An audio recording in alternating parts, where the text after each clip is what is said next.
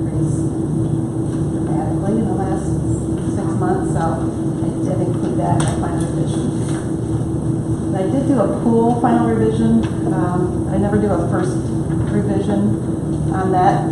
Really, I increased the revenue, swim lessons, punch cards, so there's more activity there. The downside, the other problem with the pool, there's leakage equipment, so I also increased the equipment repair costs and so on.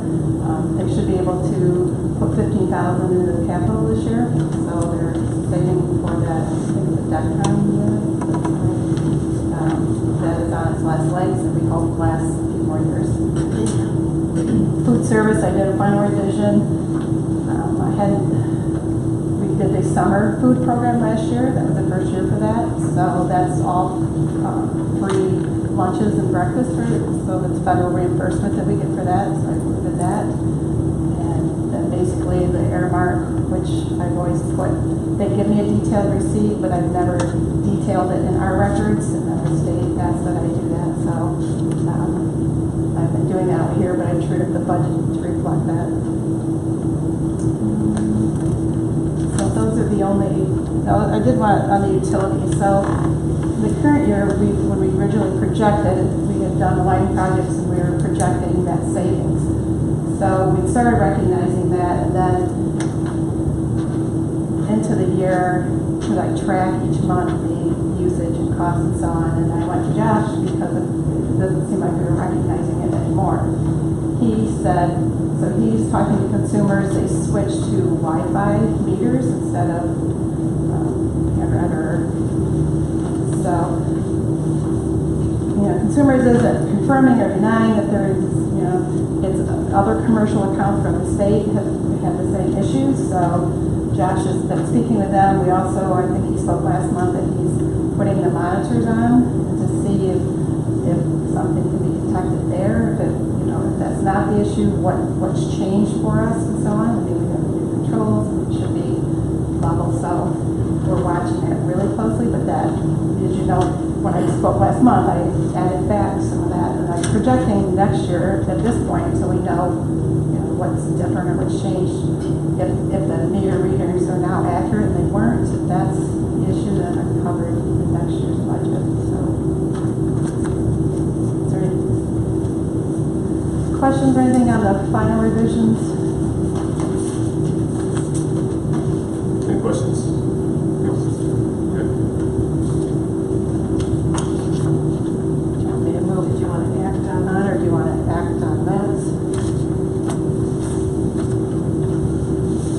Yeah, I think if there's any discussion.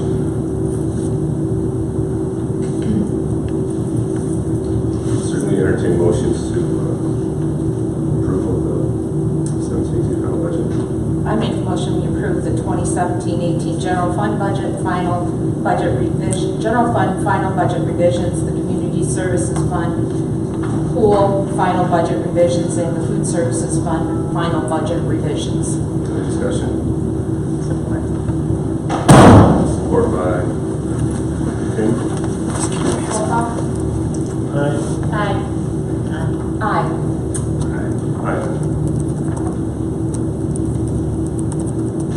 Good.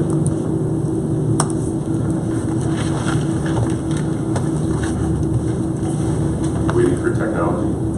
Well, we could, the property tax rates.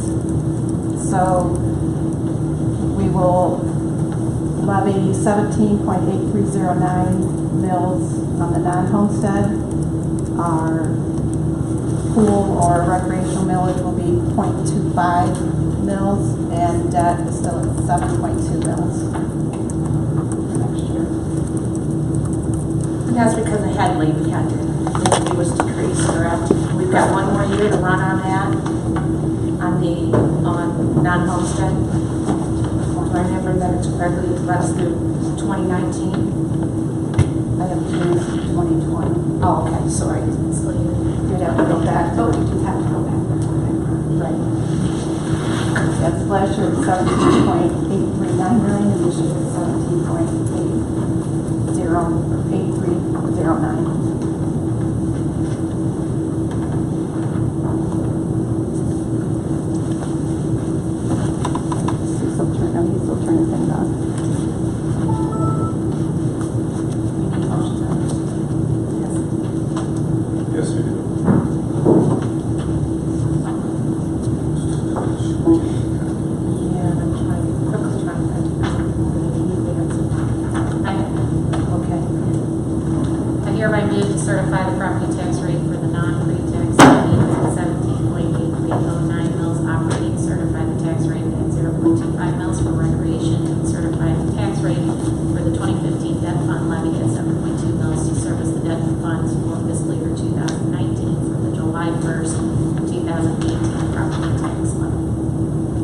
Support.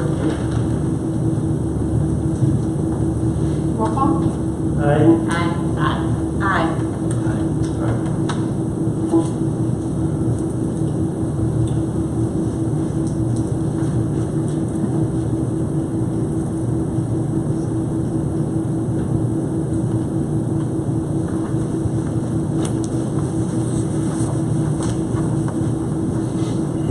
Yeah, I can actually get started. So for the projected budget, I made no changes, as you noticed. I think we kind of went through it in depth last month, but a couple of reminders of the revenue the governor will sign, I'm assuming by the end of June, because it's at that point. He is signing for a $240 increase per pupil. This budget, I based it on $230. I did not make that change for the $10 additional dollars. We're budgeting 39 less gen ed FTEs for our student count, our at-risk funds, which is 31A. If you remember, in the current year, they increased substantially. However, we didn't utilize that increase. So with the carryover and utilizing the normal amount that it now is to be coming will enable us to employ a school social worker next year. And the student support services coordinator position is funded through that 31A. And those are at risk. You know, your limited is restricted as far as the use and so on that you can use for them.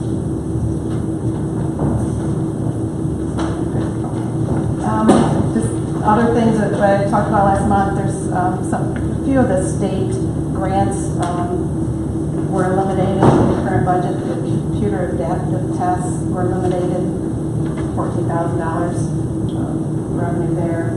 Early literacy still holds at $44,000. Our federal funds were basically funded equally to this year. On the expense side, the TEA, you know, we have that agreement, and I think last month when I spoke, so when we do, as part of the negotiation process, I cost out what that would cost. And we do that based on if every teacher remained here throughout the 3-year contract. So that number is pretty substantial. So for me, with budgeting, it helps if, you know, someone retires, if they've been here 30-some years, you can basically have 2 new staff at the cost of that staff. So when I say, you know, I need 3 to retire, 4 to retire, that just helps fund the contract increases and so on. So that, I don't know if I clarified that well last month. Other increases that are built in, you know, the health insurance, we use the state cap. That changes in January. Those percentage increases and announced to fall. So we estimate based on historically what it's the percent that it's increased. We did reduce reteaching positions.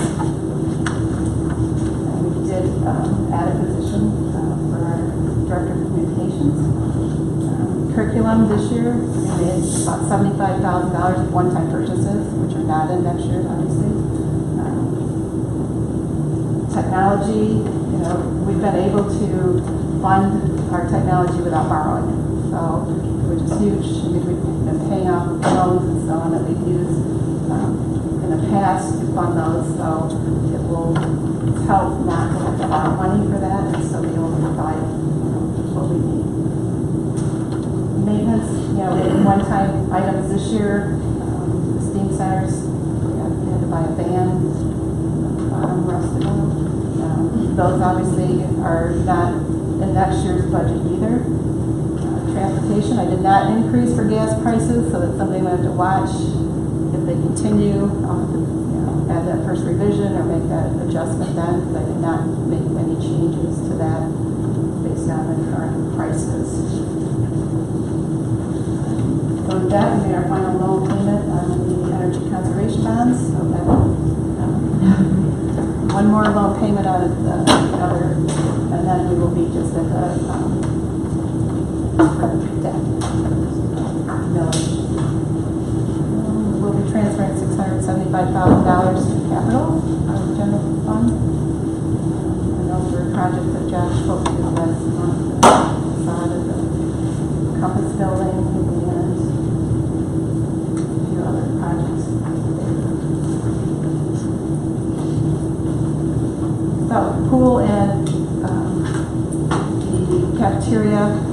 I basically mirrored this year. I know for the pool, I basically made no changes. Cafeteria, I know that it's not necessary to have to increase prices for next year meals.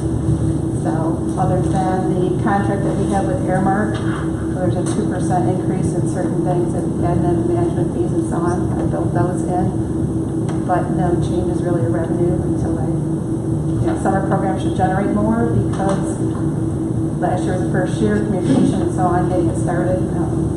Should increase participation in that. There's also costs involved. We staff, normally we don't staff in summer, so that will offset probably most of that.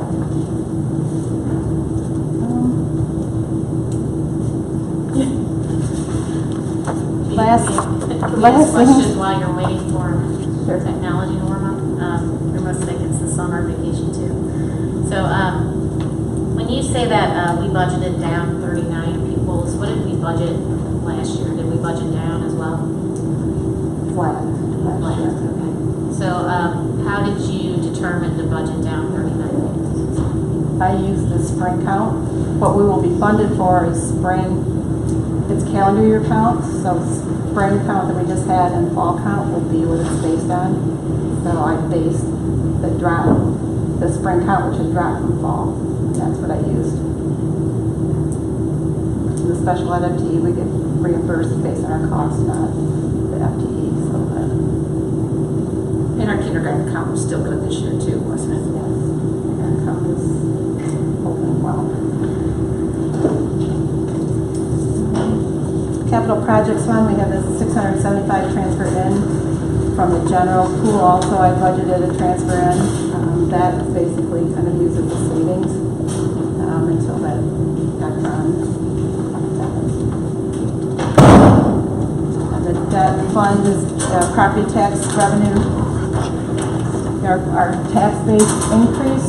It has no effect on our general fund because if you remember the foundation allowance is made of two components, the local, which is your property tax revenue. They equate it to a per pupil.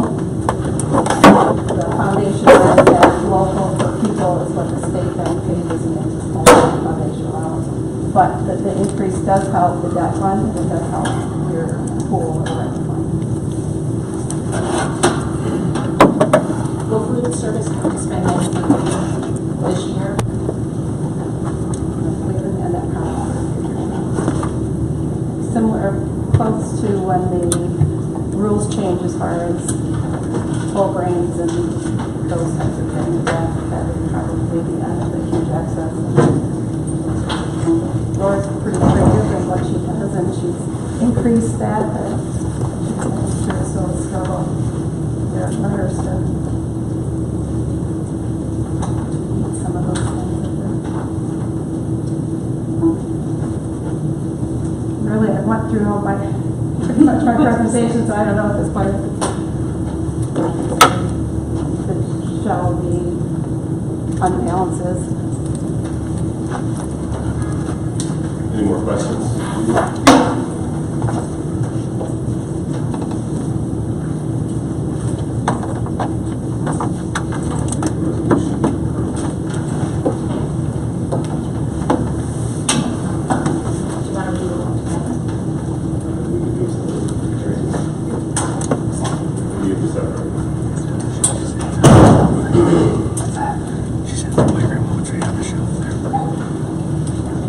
I hereby move to adopt a resolution appropriating total expenditures for the 2018-19 fiscal year in the amount of $29,026,575 for Tecumseh Schools General Fund. Second. Roll call. Aye. Aye. Aye. Aye. 1819 Community Service Fund pool. I'm sorry, what? I move to adopt the community services fund budget with. Support. Aye. What? Hang on a second. She needs to finish. Gotcha. I move to adopt the community services fund budget with expenditures in the amount of $247,145 for fiscal year 2019. Support. that Steve? That was Steve, Yeah. yeah. Roll call? Aye. Aye. Aye. Aye. And the food services fund. I hereby move to adopt the food service fund budget with expenditures in the amount of $971,000 and $971,031 for fiscal year 2019. Support. Roll call? Aye. Aye. Aye. Aye. And the debt service fund. I move the resolution to approve the 2018-19 debt service fund for the 2015 bond issue with expenditures that include principal, interest, and payment fees in the amount of $4,376,400 for fiscal year 2019. Second. Roll call? Aye. Aye. Aye. Aye. Need capital projects, Capital right? funds project. I hereby move to adopt the capital projects fund budget with expenditures in the amount of $693,000 for fiscal year 2019. Second. Roll call? Aye. Aye. Aye. Aye. Okay, we'll take a 10-minute break and we will resume the meeting, or actually start the meeting at 7 o'clock.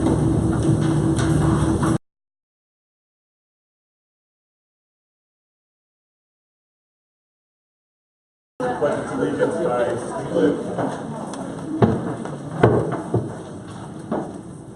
Pledge of allegiance. To the flag of the United States of America and to the republic for which it stands, one nation, under God, indivisible, with liberty and justice for all. Thank you all for coming tonight. We'll start off with good news. We have one addition here to the good news. It's our ukulele project. All right, well, Miss Lammers is running to get the stand for the music, but I can start kind of introing the idea behind what we did. So I would say it was probably January, and I went to Joyce Lammers, the music teacher. I'm Ashley LaVoy, by the way, the art teacher at Compass. And I said, hey, what about if we gave fifth graders the option of doing an art and music collaborative class? So not just general music and not just art, but what if we were working together and these learners are selecting our class, knowing that they will be doing both. And she's like, all right, sounds great. So we set up 2 rotations for 6 weeks, knowing that we wanted to work with our band and orchestra kids. And there she is. And that's about her reaction when I asked her. So we wanted to work in those band and orchestra kids as well. So we created a first maps option and a second maps option. So our first 6 weeks, I think we dreamt a little bit too big, and we allowed the learners to completely have full choice over the project. And we did paper mache, not instruments necessarily, but they became musical pieces of artwork. So we had a learner that did a velociraptor, and it played the theme from Jurassic Park. We had learners that built a whole Christmas scene and then played Jingle Bells. So that was great, but in 6 weeks it was a lot. So we reflected on that, and for the second 6 weeks, we decided to focus more on just ukulele, because we knew that was an interest of the learners, that they were excelling at it, and we thought, how can we challenge them? They know how to play. So we developed the ukulele, Makey ukulele project, I should say, where they used Makey technology, which you'll kind of see in a moment, to actually perform their artwork with. So with that, I haven't yet because I wasn't sure what you asked. Hey, welcome, I'm Joyce Lammers. This is Haley and Katie, and they happen to be two, a pretty good sampling. I have to say I'm really proud of the work that the kids are doing on ukuleles. They're 5th graders, so they've been playing ukulele for a while. And at the beginning of this year, they had some skills. Both of them could play a few chords. You notice that they both have purchased their own ukuleles, so they're no longer playing with a school instrument, and they're pretty passionate. And I asked them to just play a few seconds of a song traditionally on the ukulele, because I want you to see what I'm kind of, the talent that I'm working with. with. So this is Haley and Katie, and you got your actual ukuleles. They're going to play a couple tunes, maybe you know, and not the entire song, so if you just give us a few seconds. This is Vance Joy, who plays this song on the ukulele. Oh, come on.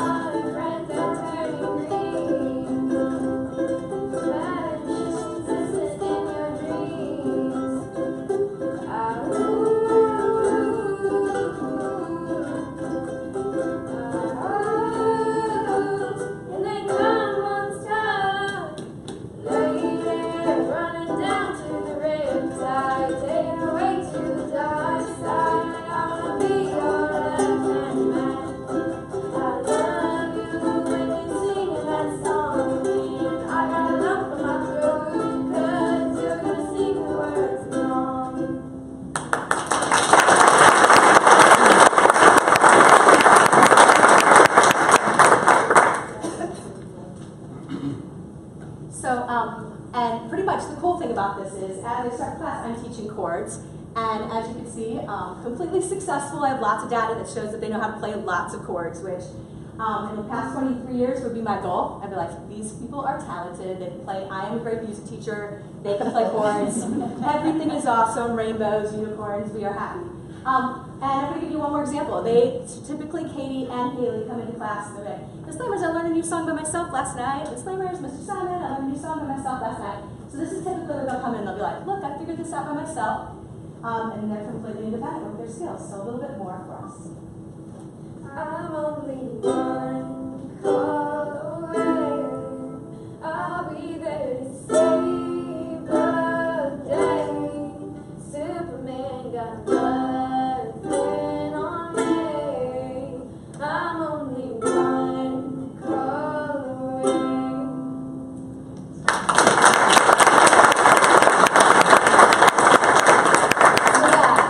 Like I said, my job is done. They're successful. They go home and they independently teach themselves. I'm sure they will continue to learn millions of songs on their own ukuleles for the rest of their life. Possibly even become performers and thank me in their bio someday. So everything's happy, except that Mrs. LeBoy and I were lucky enough to work together for the past few years at Sutton. And as soon as we knew there was a transition and we were heading this direction, we're like eating it up. So 2 years ago, we started doing SEAM projects and PBL projects. And as we went to Compass, that was like, we're going to dig in. And so once the dust settled, we were like inviting them, and Mrs. LeBoy played our first few projects. So yay that they can play the ukulele. The challenge was, can you build your own ukulele and then also play it? So I've asked Haley to come up first and perform the exact same song, but on the ukulele she made. Is it Haley first or Kate first? Okay, first. All right, Haley.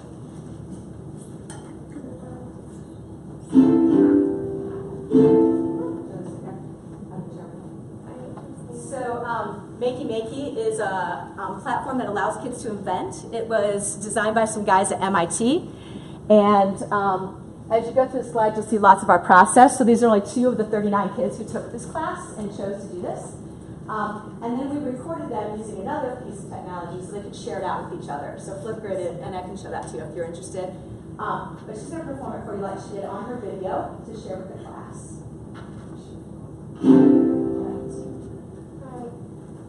I'm only one call away. I'll be there to save the day.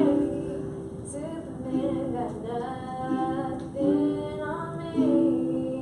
I'm only one call away.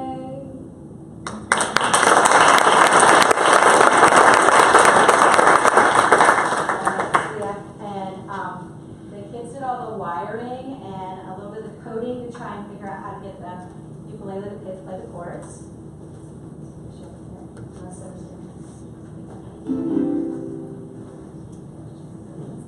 So Haley's going to play Riptide, the same song she just played a moment ago.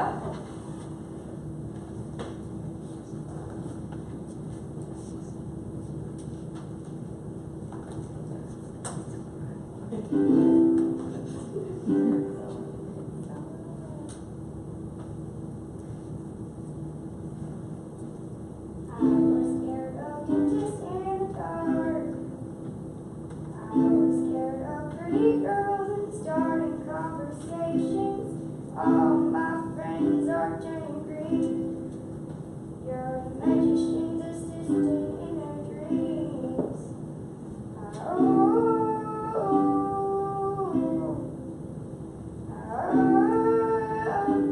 And they come unstuck. They're running down to the riptide, taken away to the dark side. I wanna be all that I can be.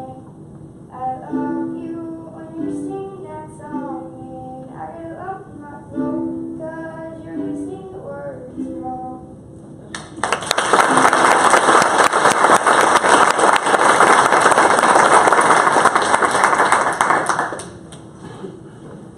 So as you sit through a process, I have to say the most fun thing for us in this whole process is that I sincerely was not a teacher anymore. I love my music teacher hat, and I love that they have the skills, but we set that aside and pretty much I've been fighting the word facilitator and calling myself a facilitator, but really I answered a different question for every one of the 39 kids. And most of the time, Mrs. LeBoy and I spend the next, our planning and our lunch trying to figure out answers that they came up with for us, or answers to questions that they came up with. And like, okay, how are we going to do that tomorrow? Somebody wants to put a D7 chord in there, and we've never programmed that before. So, so we learned as much. I feel like I am as much of a learner, but the accomplishment of the kids and the way they played it blew us away. And then, if you've met Mrs. LeBoy, I was happy.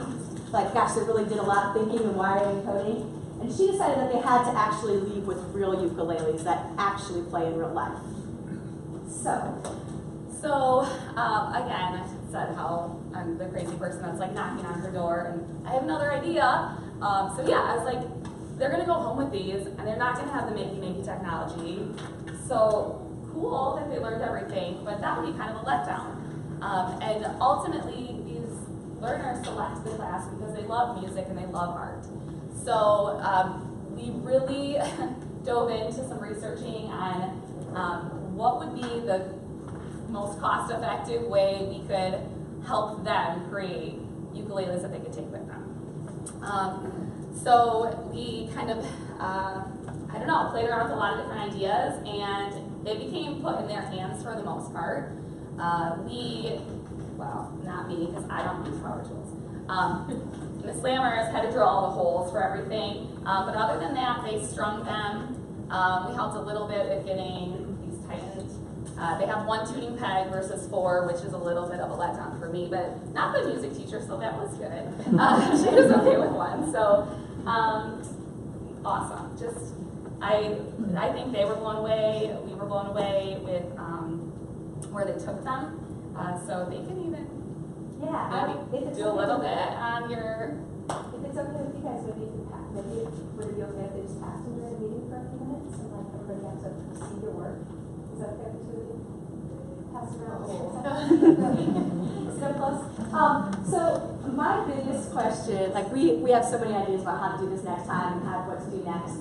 And my biggest question is for the two of you, because you're great at the ukulele, and you built ukuleles that don't sound as good as one that you can buy. So I want to know what you would like to do next time if you get to build it again. Like if you decide to get all the stuff out this summer, take over the kitchen for a week and rebuild a ukulele with paper mache, what would you do differently? What weren't you happy with? I was happy with The one peg. It was not bad. Yeah, so both Haley and Katie tune their own ukuleles before they get to class without my help. So they're pretty annoyed that you can't tune them perfectly to a nice chord. What about you, Katie? I would definitely do a better paint job and probably instead of make this a fade than just a straight line. So you're thinking about that? Little. Yeah.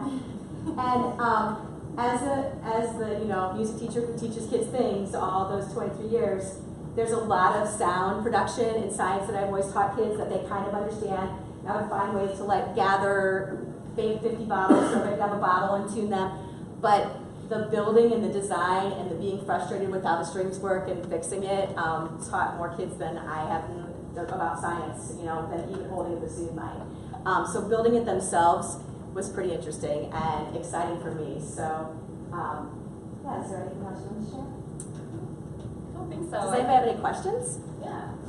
We've had a lot of Twitter questions from Flipgrid and Makey and Scratch, which are the programs that we use in the way. So it's been fun out on the World platform too to do something that seems interesting and curious to other people. Do they have the ability to go out to Scratch to do things on their own during the summer then? Yes. So Scratch, a lot of them made their own Scratch accounts, and it's easy to do. If they were using the same code as somebody else, then they shared the design. And Scratch has a lot of sharing. So if I create something, everyone in the world can use it. But then if they get to something trickier, they can use it on their own too. Yeah. Yeah. Really easy platforms. Both of them require an email that they don't really do anything with, as far as I know. So, yeah. Are there any other? Anything else? Thank you very much. Well, pass it.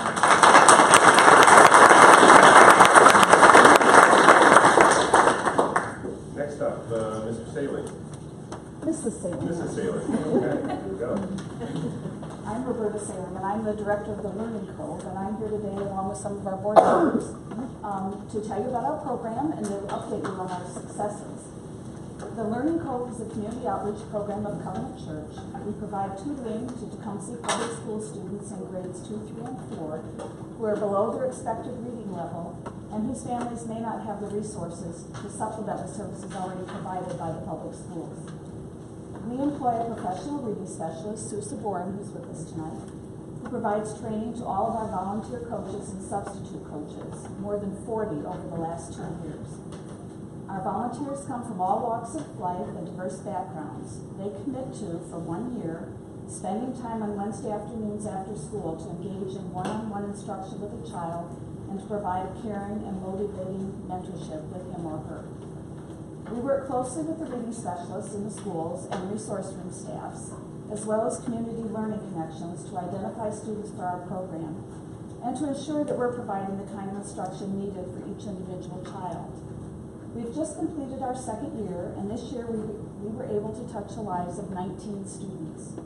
In December, 3 students graduated, for lack of a better term, from the program, having reached their grade level in reading, and this month 3 more students were able to successfully complete the program. We're so proud of these 6 students and of all of our students for the hard work they put in and in realizing the importance of being successful readers to be successful in life. I'd like to give you some data about the program. We started in September 2016 with 6 students. We added more as the year went on and ended the school year with 9 students. In September 2017, we began the school year with 10. 3 graduated in December, and we added 6 more. Midway through the year, we added a 2nd session and ended the year with 14 students, 3 of whom were graduating. Students are tested every 6 months, and every student who has participated in the program has progressed in their reading scores. And with the help of the school reading specialist, we've already identified 21 potential candidates for the program who will be in 2nd grade next year. Last year, we received a grant from the Michigan Masons Charitable Foundation, and this provides funding for a summer program for 3 years. Last summer, our program ran for 6 weeks on Wednesday mornings, and we'll be doing a similar program this year, but 4 weeks from July 11th to August 1st. The Learning Cove is truly a community program. In addition to the wonderful support from Dr. Coffin and her staff, we've received donations from the Endless Feast, Carpet on Wheels, employees of Bacher Silicones, Old National Bank, gifts from individuals across the community, as well as the congregation of Covenant Church. But the real measurement of success for the Learning Cove is the success of our students. And I'd like to introduce you to one of them, who just graduated from the program. This is Dane Staub, and his mother, Sherry Lee. I'd like you to hear about the Learning Cove from them. So just tell me about your experience at the Learning Cove. For 2 years I've been going to the Learning Cove, and when I've gone there, I've been reading with Dr. Frank. The coaches are great, the learning is great, the testing is good. I've really improved in my reading. And every time I go to Learning Cove, I like seeing Dr.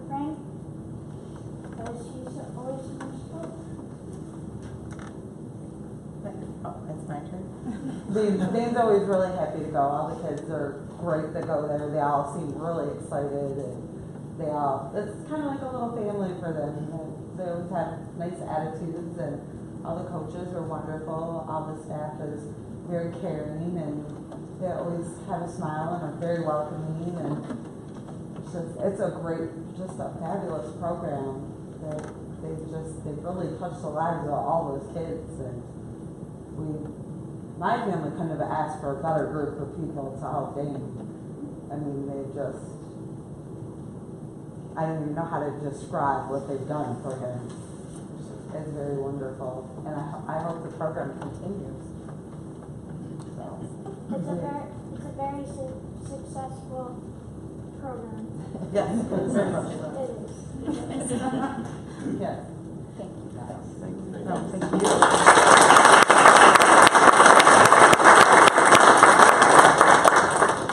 So thank you for inviting us tonight, and again, thank you to Dr. Coughlin and all of her staff in schools who work in tandem with us to help children be not only successful in school, but successful in life. I'd be happy to answer any questions. How do you become a coach? I'm sorry? How do you become a coach? I can send you an application. Talk to Kathy Smith in the grocery store. Debbie is actually one of our coaches.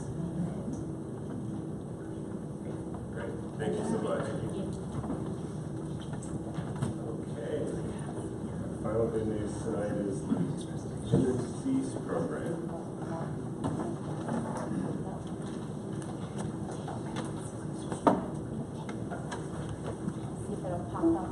Good. Not very great at tech troubleshooting. So, thank you for letting me come tonight to share some good news with you guys. So, a few months ago, you probably remember you approved the opportunity for us to take a group of learners and facilitators up north to the South City, Suttons Bay, where we got to take this excursion with the school ships through Inland Seas Education Association. And through that experience, this was the first time I had been able to take a group of learners there. I had been through some educator programs on the ship, and it was wonderful. But obviously, you're always wondering how the kids will react to this. But it was absolutely phenomenal. We took 18 kids along with 4 facilitators, and that group spanned a wide range of backgrounds and ages, so from freshmen through seniors, kids who were in general bio, AP bio, and environmental science. On the ship, our kids got to experience pretty much every type of actual research opportunity that you would have on that kind of excursion. So we had kids that were broken into different groups, looking at microplastics from the water samples, that were looking at general water quality and environmental parameters, benthic layer, so bottom layer testing. So they got to use some really neat, sophisticated equipment to take those samples at depths up to 150 feet. They also looked at zooplankton in that environment and algae to look at the different levels. So they had just a wealth of experience, and the teachers, along with the students, really enjoyed it just as much.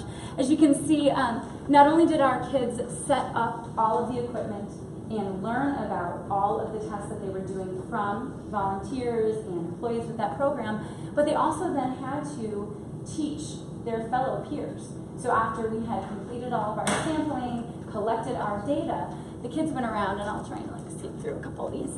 The kids got to go around and rotate stations where they traveled sort of jigsaw style. And when they got to the station that they had worked on, they had to teach others about what they did.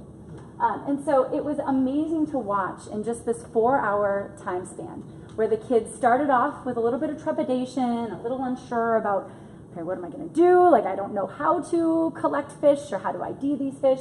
So by the time we were going around and they were explaining that data, I mean, they were just mini experts in it. And you could see that they truly took pride in that experience.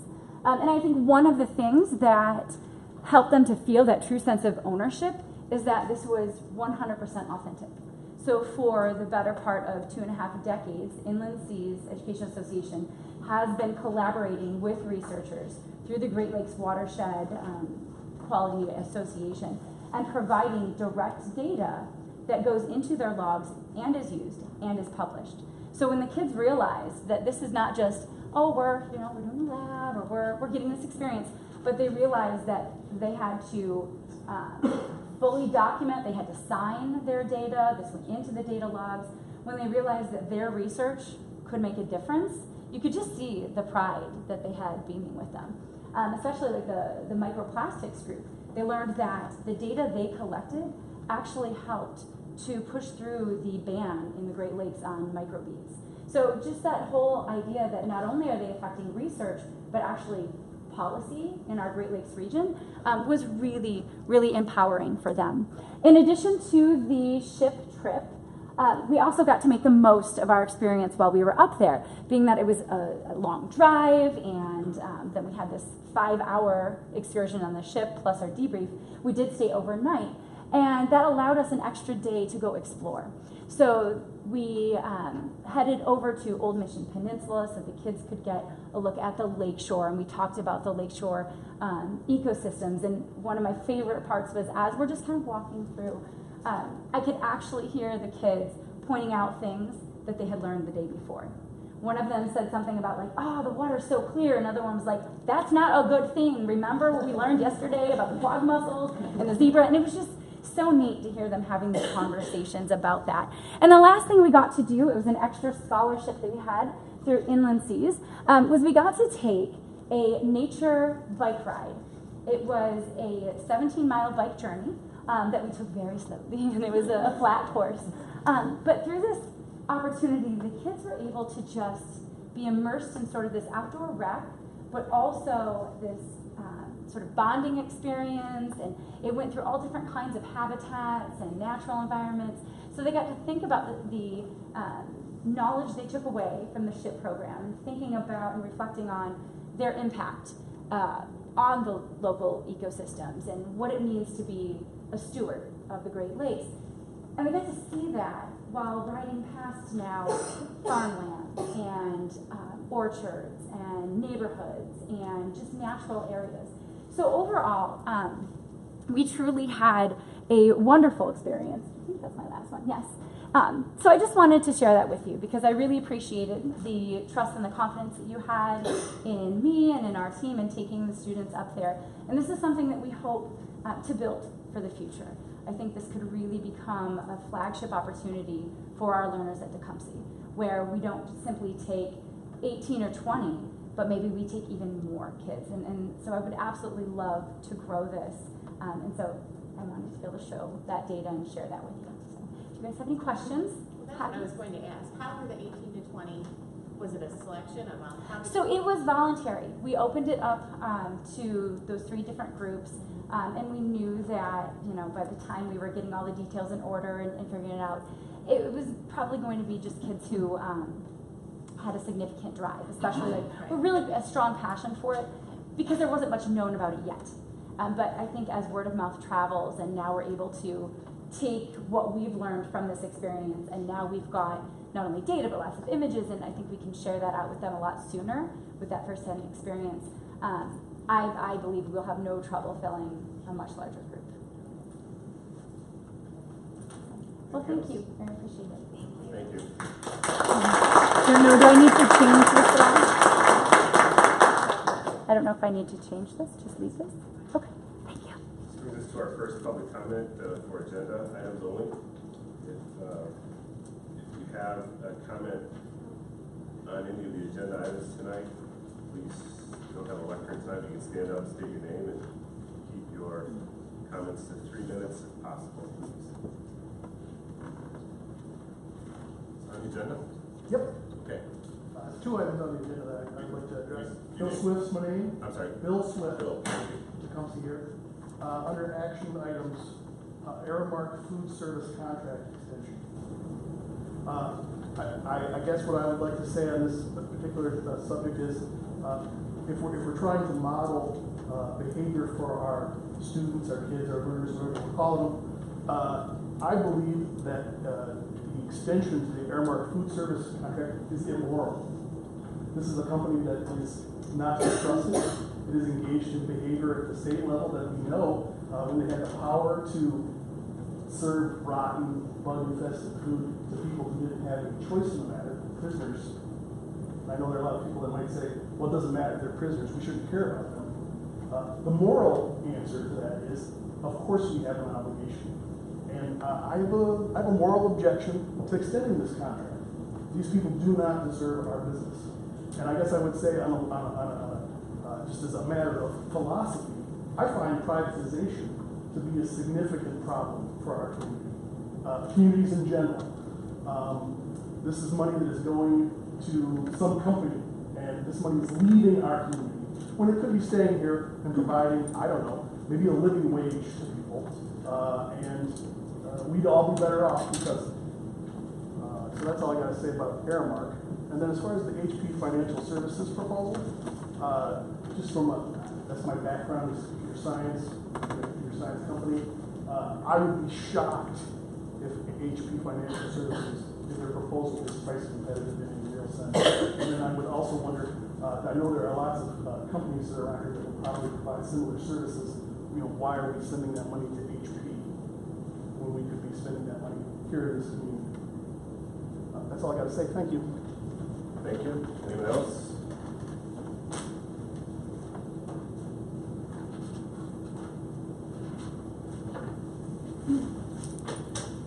Okay, we'll move on to the revisions of approval of the agenda. There are no revisions, so I have I move we approve the agenda. Roll call. Aye. Aye. Aye.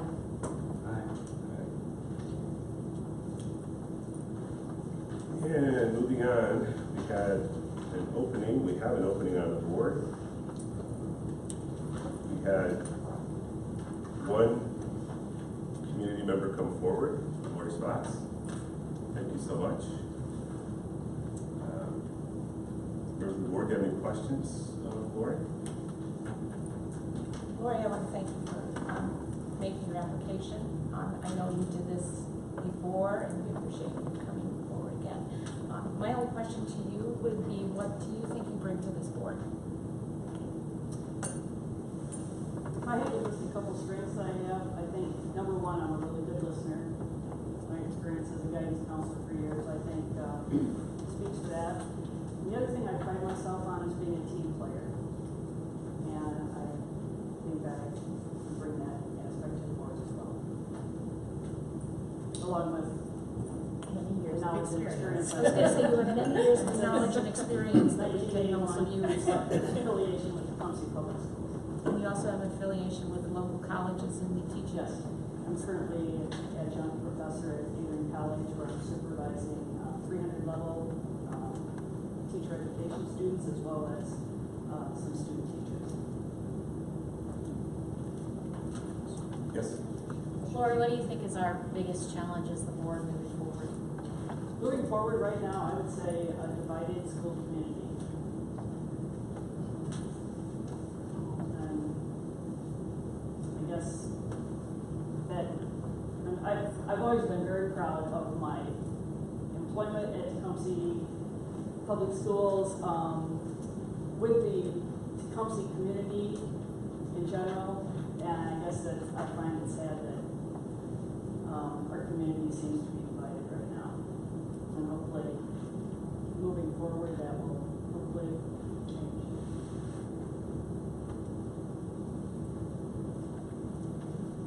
Questions? Comments? Need a motion to appoint Lori to the school board? I make the motion that we appoint Lori to the remainder of the school, of the term until the next election in November, of Dr. Oak. Second. Okay, there, got support then. Is it Lynn? Yeah. Roll call? Aye. Aye. Aye. Aye. Aye. And would you oath? Don't take your oath of office or marry yourself.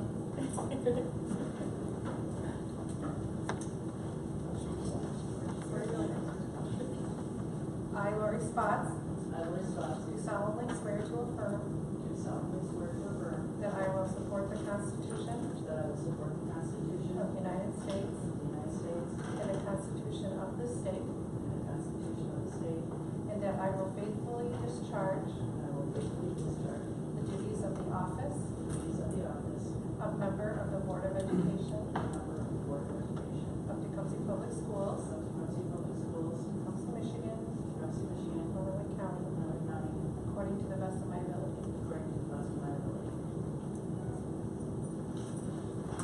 Thank you very much.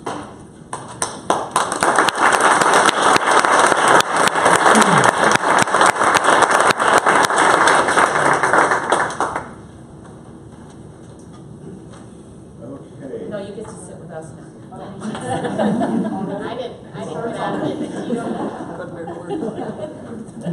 you starts Monthly scheduled reports. We'll start off with the monthly financial report. Do you have anything more to say? You notice I did upload the budget in the system. I work off an Excel document, which is basically one formula away from disaster. So while I know you didn't approve it, I do upload it so I can double check that. Comparing budget to actual, and you're comparing to the final decision number.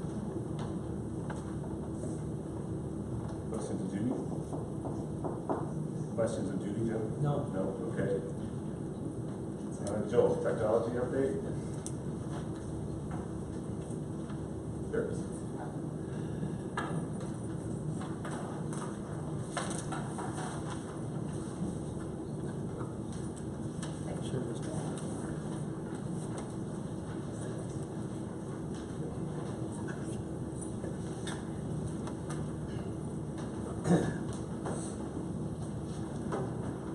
I just wanted to say, you know, on the technology side, you know, thank you on the board level for your investments into our infrastructure this past year, into our phone system as well.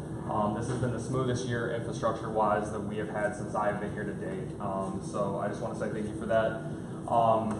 It's been a good year this year, and you know, moving forward into the summer, we are looking at some projects. We have been meeting with CCAN Technologies, who's going to be doing our wireless infrastructure upgrade here in the high school.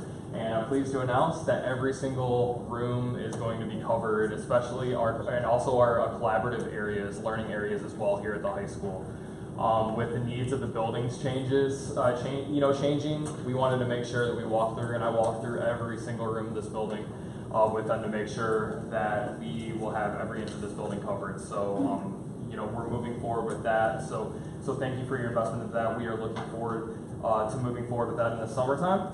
An exciting piece of news is we are actually going to be launching next school year a IT computer certification course here at the high school that we're going to be building on the Buzz platform. We're going to be offering the 901 and 902 A+ certification, course here at the high school, which we're going to be collaborating on. We have partnered with a few content creators, and we are also going to be doing labs in-house, and the goal is to give our learners relevant work experience while they're here, but also give them an opportunity to study on that entry-level certification, but also give them an opportunity as they've progressed through the material to be able to take the test as well. With needs in the technology job market changing, this will give some of our learners a really, really good chance out of high school to get an entry-level job in a field and really just get their foot in the door, because you don't just have to go to college anymore. You can, with relevant work experience and the certification, just kind of get a leg up and get a job right out of high school.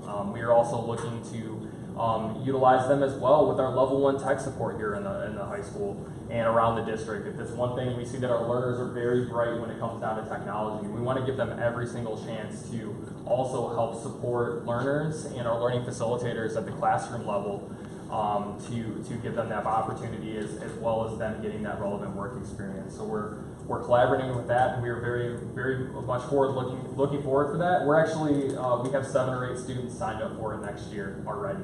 So really excited with that. Lastly, we are looking at a server upgrade. It's been 8 years since our server's been upgraded. It's time, and I wanted to bring this in front of you here on the board level.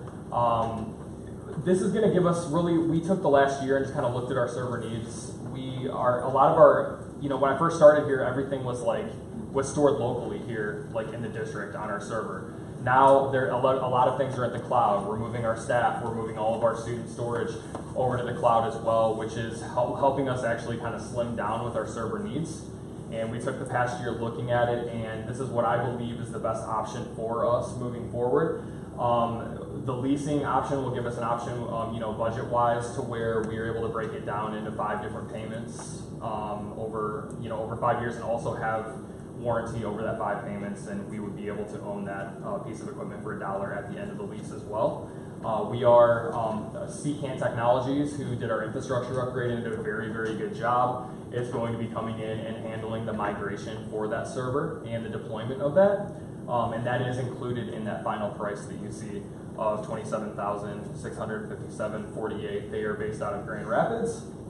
And this is a budget line item that potentially is in my budget, so it would just be already kind of like baked in with that as well. So I just wanted to present that to you. Can I answer any questions? Yes. Sorry. Yeah, you're fine. In purchasing. So Yeah. You're fine.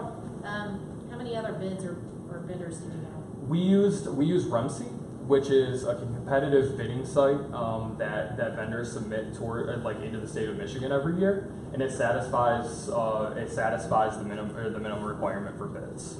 For that piece of hardware, we utilize REMCbids.org, which is accredited at the state level to get this pricing. Do you know, does the state have any requirements for minority, women-owned, veteran-owned businesses to be part of it? That I cannot answer, but I can get some clarity on that for you. What's the lifespan of the server? I'm looking at this to be at a minimum like a 5 or 6 year solution, possibly more. I mean, we got 8 years out of our last one. Ultimately, that's something we'd like, but with technology changing and the needs of our changing, like within the district, I believe this server can handle anything that we throw at it. But I can't commit any more after 5 years just because of the way things are headed as far as with cloud services. When you put the request out to bid, did you give them the option of purchase versus lease? That was an option, but talking with Judy and budgeting, we felt that at the time that leasing is the best option for us, with budget expenses, and especially with the wireless infrastructure project happening this year and some of the other big projects going around the district, this would be a better option for us. Maybe a question or a comment, even though it's not about the bid, but you Okay. talked about the cloud. Yeah. Do we have a policy in place for cybersecurity for that information? That's something we look at right now. Like right now, a lot of what we are doing on the cloud is on the Google platform right now. We are looking at definitely really what the couple hurdles that we passed before is we have everyone in our district has a very, very strong password, number one, and 2-step verification on our administrators right now.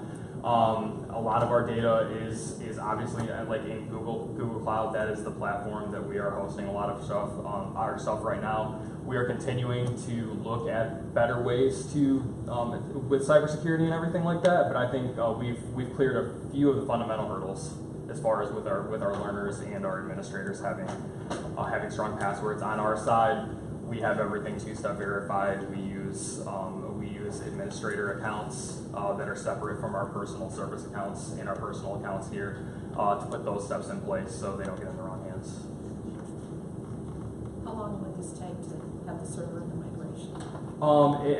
They can do a lot of it at their site.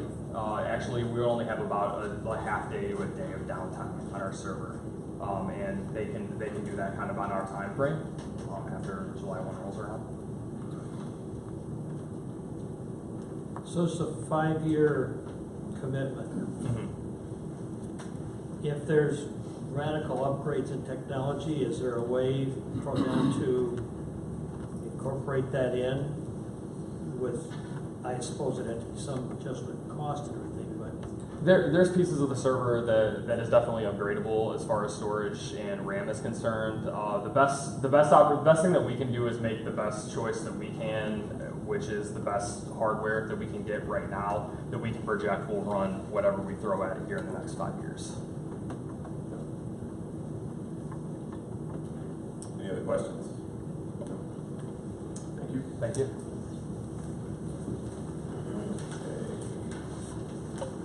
ISSI calendar report.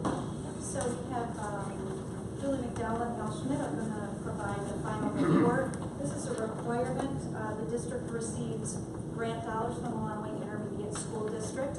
This grant is the Innovative Secondary Schools Initiative, and this grant has been around for quite a while. This will be the last year that it's entitled this. It changes next year to what's called a focus grant, and that will allow us to use the funding in alternate ways K-12.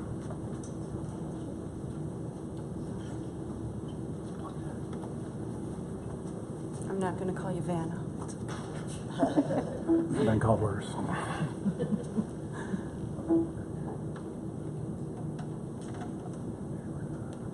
I'll be Vanna. Okay. As Kelly just mentioned, I think this is my 6th year maybe writing the grant or being a part of that, and we do this tonight, and then this sometime in the next 2 weeks, Stacey and I write the one for next year. So pretty familiar with it. We've used it for various things throughout, my time here, from the Chromebooks, obviously being a one-to-one initiative, 7 through 12 now. This was a big piece of that, getting it off and getting it running. Now, as Kelly just mentioned, we have the opportunity to use it in some different ways this year moving forward. So we'll look at those and how we can better enhance things for our learners here. Our goals, as we wrote them this past year, build mathematics curriculum. So we kind of called out a couple of the classes, particularly in the STEAM centers, if you will, and BUZZ being our learning management system. And then working on developing multiple pathways to allow for the customization of learning. So again, just looking at how can we meet each kid where they're at, how can we allow them to progress in a way that best suits them. So they're going to access it via their Chromebooks, which was done on a daily basis, not only their math courses, but social studies and science quite frequently, as well as ELA. So it was a platform that we use throughout all the subject matters. They can exercise a choice to determine the best way for them to comprehend and demonstrate mastery. And that choice came into play as we moved on and we developed throughout the year. So who participated again? Our focus group this past year was our East and West STEAM mathematics learning facilitators and our learners. So learner feedback. Some learners preferred to work on their own pace, using online instruction within the classroom and then support from their facilitators. But as the year went on, and especially early on, this wasn't for everyone. And so we took some of that feedback, we adjusted how the math curriculum was provided and was offered. Throughout the year, we got back into a little bit more direct instruction, if you will. Again, letting them drive it. That was our goal. Was we were going to take what they were doing and what worked for them and apply it. So we worked on that throughout the year. Again, learners appreciated from talking to them and the feedback, having the time and place to access the content. That was one thing that we heard over and over again. Is it was nice that anything that a teacher could put online, if you will, or out there on the BUZZ platform, they did have access to it. So like, oh, I know we talked about that, and they could go back and find it later. Some of our teacher feedback. Learners who worked through the curriculum at their own pace were provided support when needed. Again, this was, not a large group by the end, but it was certainly a group that, kind of kept moving through it throughout the year. And did a nice job providing feedback, not only of themselves, but of the teacher and what worked best for them.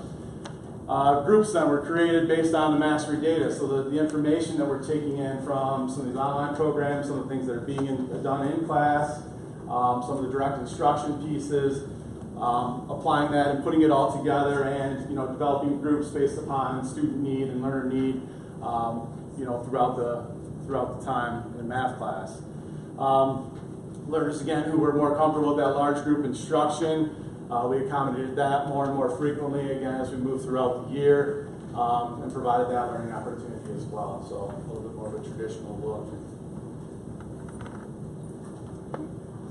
Do you want me to do the final thoughts? Sure. Okay, so the mathematics courses evolved throughout the year, as Mr. Schmidt discussed. Based on learner needs and learner-parent feedback, we were very open to what the learners were saying. This works for me, or this does not work for me.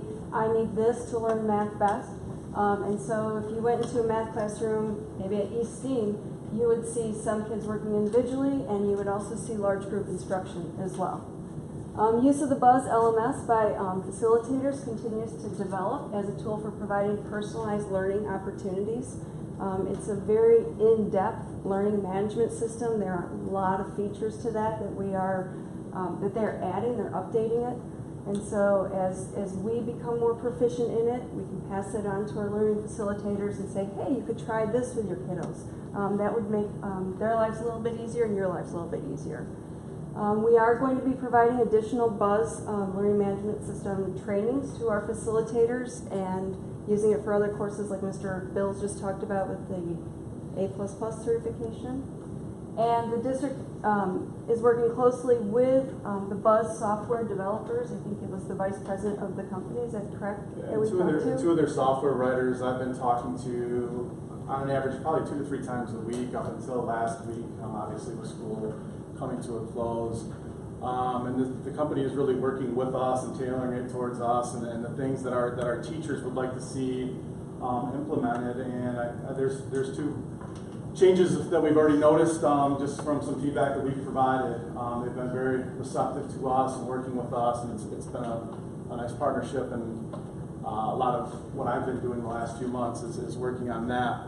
Also, along with the training with our learners and our teachers, we also want to provide it for our parents because, again, it's new to everyone, so we want to make sure that everyone's educated, they understand what's going on with it, and they can feel comfortable looking at where their learner's at and where they're headed.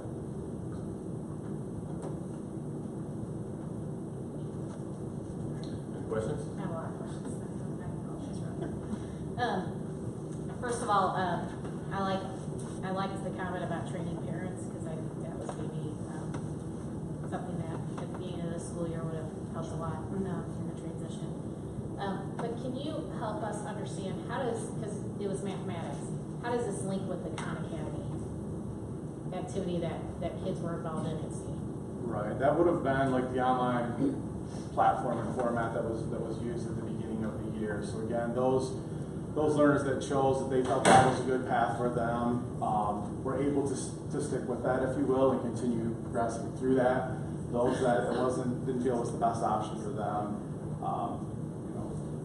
moved on to back to more of a traditional direct instruction model. Now, can I just step in for 1 second? I want to make sure the board is clear. So we received $34,000 as a grant from the ISD, and we're required to report out on what that funding was used for. So it was used to purchase Chromebooks and also to purchase, in part, the Buzz licenses. So that's kind of the scope of the work that they're doing, and they're reporting out on their feedback. So, they weren't the ones implementing it. So, just so you're aware, that's what this is for the $34,000. So for the next grant, we'll understand how the curriculum subject is chosen in that. So the next grant's going to be different because they had some different requirements here. And then the grant requirements changed. Alan Stacy will be working on that, but yes, we will present that. The application is due in 2 weeks, maybe? End of June 29th. Yeah, so we'll be looking at that, but they've made it much more strict on the way that we can use the fundings and certain percentages that we can use for certain things. So yeah, good. Thank you. Thanks. Okay, Stacy, curriculum update.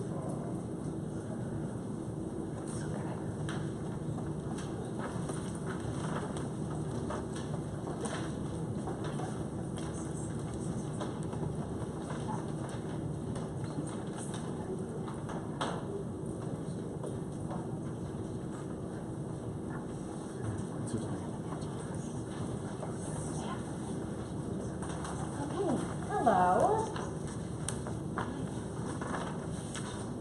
Okay, so tonight I'm going to talk about two of the curriculums that we're using in Tecumseh. So I just kind of, the word curriculum is thrown out a lot, so I just wanted to start off by kind of going over like where we get all of our standards from in Tecumseh. So this is for the main 4 core areas, which I'll be talking about 2 of them tonight. And so we go through and we use the Michigan state standards. And so for ELA and mathematics, those are both pulled very closely from the National Common Core state standards. Our science standards are Michigan standards, but they're pulled from the next generation science standards. And then our social studies standards, actually they're going through a public comment this month. And so hopefully they'll be finalized in July or August. And then those will be what we're using moving forward. So everything that we do, every instructional material that we have is going to be aligned with these, because that's kind of what we align everything to. So I wanted to talk a little bit tonight about why we're doing this, why there's a need for the curriculum alignment. So you'll see that I gave you a handout from Johns Hopkins Institute, and it talks about the need for curriculum alignment. And so 2 of the key findings that they have were that the curriculum is a critical factor in student academic success. And another key finding is that the comprehensive, content-rich curriculum is a common feature of academically high-performing countries. So this is outside the U.S. that they looked at, and they said, what do all these countries have in common? And it was that content-rich curriculum. So this year, we implemented ELA curriculum, so that's the reading, writing, speaking, and listening for kindergarten through 6th grade. And it's been a while since we've had that common aligned curriculum for the district. I've been here for 6 years. I started as a 3rd grade teacher in Tecumseh, and we haven't had it in the time that I've been here. So through that time, I knew firsthand the difficulties that I had as a classroom teacher, aligning myself with what other 3rd grade teachers are doing in the district, and then also figuring out, well, what are you doing in 2nd grade and what are you doing in 4th grade, and how do I fit in the mix? So I know firsthand that this would have been really good for me as a learning facilitator, so that we made sure there weren't any gaps for our learners. And so that's why we chose to make sure that we had a K through 6 alignment for our learners and for our learning facilitators, so that they had something clear moving forward. And then next year we'll be doing the same thing with mathematics. So 4 years ago we aligned our K through 5 mathematics with Envision Math. And 6th grade math, for whatever reason, was always kind of like this oddity. And 3 years ago, they started doing Engage New York. And we have good data on that for the last 3 years. So as we were looking at different options for the secondary level, that was one of them that we looked at. So I'll talk a little bit more about that. But that's what we'll be going into next year. And we've actually already started with the math department, getting some informal trainings on that. So I'm going to first start out talking a little bit about the ELA curriculum, Wit and Wisdom. And there's a lot on that page, but I know you have it in front of you. I just want to point out 2 of the key features that were really important to us when deciding to go with this curriculum. One of them is the instructional routines. So when you look at the data, there's a lot of importance on having alignment, not just within your curriculum, horizontally and vertically, but also having that alignment from the curriculum to the instruction to the assessment. And so when we looked at this, the instructional routines in Wit and Wisdom align perfectly with our instructional policy or program that we're using in Tecumseh, which is DII, the Direct Interactive Instruction. And so that model, which has student engagement, it really talks about the planning and preparation, all of those things that we've been working and supporting our learning facilitators with over the last 4 years was already aligned in this program. So again, knowing that it's high quality, goes with the standards, and it's aligned with our instructional routine. And then the other thing that I wanted to talk about was the formative assessment. So we know it's very important, especially as we move towards math customized learning, to make sure that we're having frequent checkpoints, to make sure our learners being successful. If they're not, what can we do? And if they are, how can we advance them? And so those are built in frequently throughout the program. Okay, it also builds on knowledge. So for the program, there's 4 modules for every grade level. Each one needs to be taught in that specific order because it builds on with the complexity. So within the text and the lexile level, and also the complexity of what's asked of the learners as they go through the year. And then that is also built upon year after year after year. So for a 2nd grade learner, what they learned that year will be built upon the following year. And so it continues adding in the depth of knowledge. And then the other thing to know about this is not like a textbook, it's not a basal reader. So these are real books that you would see in the library or things like that. And that's what we're using to guide instruction. So learners are reading them, learning facilitators have them in the hand, which we've commonly seen during read alouds, things like that. So I wanted to show you some examples of what the actual modules look like. So every grade level has 4. They all have kind of this overarching essential question. So I've just pulled out one from each grade level. So this one in kindergarten, this is module 2, and it's everything that's related to a farm. So in kindergarten, they like learning about things on the farm. And it talks about things that are familiar, making them new, and making new things familiar. So one component of Wit and Wisdom is it adds the visual art component. So as we saw earlier, learners do have connections with music, they have connections with art. And when, especially our youngest ones, when we're looking at 5-year-olds, a huge part of reading is looking at the visual arts that's included in the illustrations. So as we go through each of these modules, K through 6, they really go in depth with what that visual art is. So as you can see up here, so they have the American Gothic piece. So one of our kindergartens at South Early Learning Center, they actually had the kids recreate that themselves. It was in Miss Hacker and Mrs. Daniels' class, and I saw the pictures on social media, and they were great. So just looking at a classic piece of art, and then having our 5-year-olds exposed to that. Okay, first grade, so this one talks about powerful forces, and there's a science integration into this unit. So it talks about powerful forces in the environment with nature, and it talks about invisible things that are powerful. So it talks about wind, and for our first grade learners, it talks about emotions and how our emotions are very powerful. And so there's that connection between the actual, what you can see out in nature, and then what you're feeling on the inside. And so it talks about both of those. So one of the books is Brave Irene. Second grade, this is module 4, and again, a science component. It's talking about food, which who doesn't love food? It talks about food and healthy eating. It talks about how your bodies need food for nourishment, but then the larger concept is how food can bring people together and how food is part of culture, and that is something that is more than just nourishment for your soul. It can be nourishment for the community. Third grade, they learn about the sea. Shark Attack is one of the best books that the kids love learning about. Fourth grade, they learn about, did I get that one? Yes, they learn about the American Revolution. One of the key components of Wit and Wisdom is that it's more than just reading and writing or just reading and speaking, but speaking and how do we disagree appropriately? How do we have academic discourse? And so they do Socratic seminars, which is when all of the learners are sitting in a large circle, and the learning facilitators do an excellent job of creating social norms. Like, what are those norms going to be? How do we act when we're in Socratic seminar? And the key being that eventually the learning facilitator can step out and the conversation continues on its own. And I'll tell you that it was during this module that I was in a lot of classrooms at Compass. And the conversations that I heard out of our 10-year-olds was amazing. They were talking about connections they made. Well, I noticed on page 11 it said that he was going to get blankets and gunpowder. I think they're going to go have the Boston Tea Party. I agree with what you're saying, and that reminded me, in George versus George, this was not teacher-directed. The teacher did not, for 10 minutes, the teacher didn't say anything. But these learners were making this rich conversation and connection with the content, all while practicing common core skills, which is speaking, listening, articulating your point, all of those things, and being able to do it in a respectful manner. It was amazing. It was amazing to see. And 5th grade, so this is what they start with. This is module 1, so Thunder Rolling in the Mountains. They really talk about,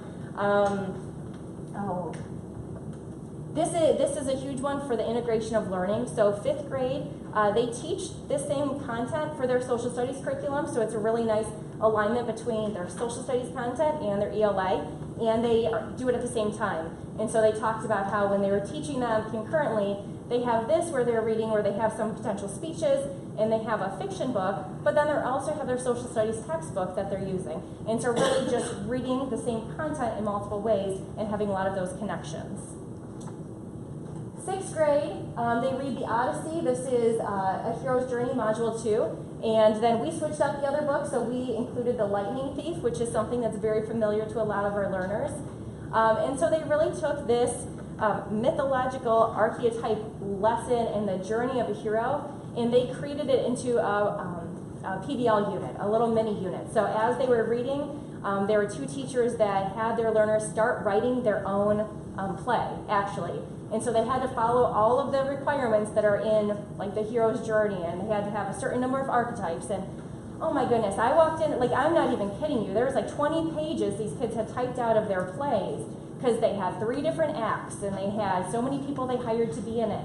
And they spent weeks on it, and they designed their props, and then they went and had traveling theater. And so they performed it once for their classmates, but then they continued performing it around the building. And so really taking this idea and taking it to that next level, kind of like Mrs. Lammer said. Yes, they had the skills, yes, they had the knowledge, but then they took it and they created something with that. So that was fun for them to see that. So our STEAM centers, our 7th and 8th grade, are going to be looking through, like I said, there's 4 modules for each grade level, so they're going to be selecting some of these units to use it as their base for the foundation to create their project-based learning units around it. So this is just a sample of a 7th grade module that they have, so it's all about identity and figuring out your identity and who you are, character and identity, so that's kind of an important topic for 7th grade world.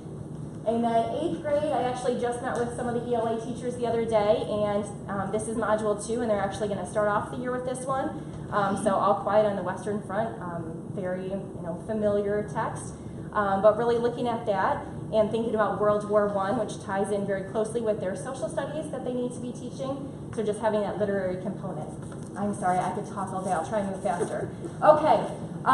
Support for families. I know that that's really important. So for each of the modules, we have a parent tip sheet. So those are going to actually be posted on our website so that it's going to be available all the time whenever parents need it. It's nice as you go through it, talks about the books that are read, the visual art component, any video clips that are watched.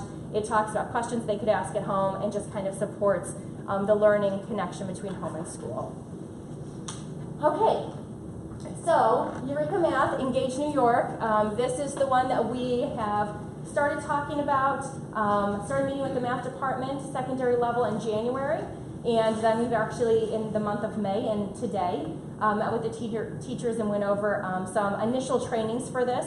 So again, aligned with the Common Core. And then the other thing that's really important to mention about this curriculum is that it really incorporates the mathematical practices. So I put over on the right side, it's kind of hard to see, but it takes those mathematical practices and kind of shows the ones in gray are the ones that are always present, and then the other colored ones shows the level of knowledge. So the higher you go, the more it's asking the learners to do. So when it gets up to the top, they need to reason abstractly and quantitatively.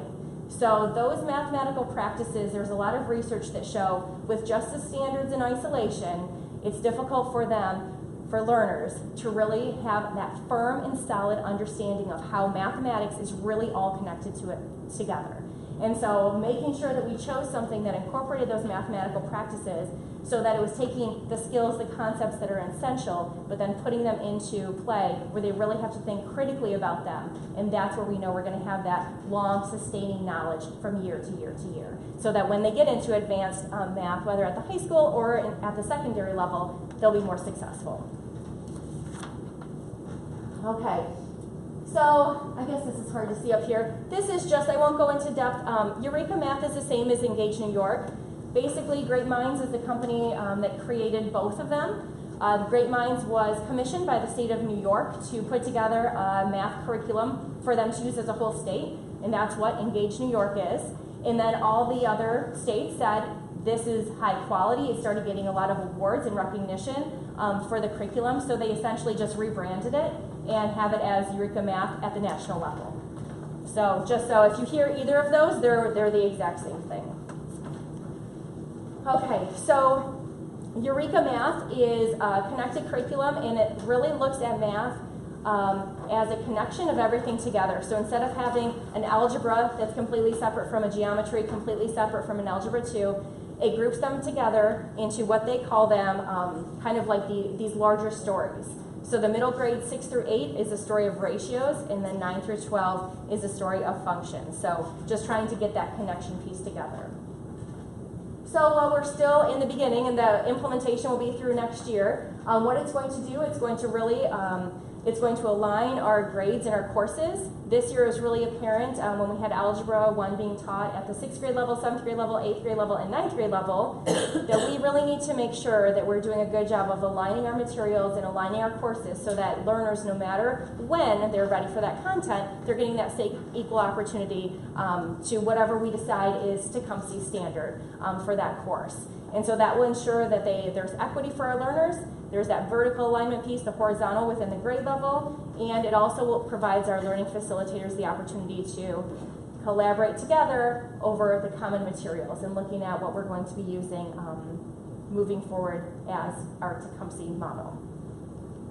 And then this also has, it has for the middle grades, tips for parents, and it talks about the problem samples, and this is an example of how you solve the problem, key vocabulary, all those things. So those will also be posted on the website. Those are more frequent than the ones in Wit and Wisdom just because there's so many more concepts in there. So those we posted. Right now they have them through 8th grade, but the math department as of today was talking about creating them for our additional courses beyond that so that we have something that parents can go to on our website to provide that support. So both of these are going to deepen our content knowledge.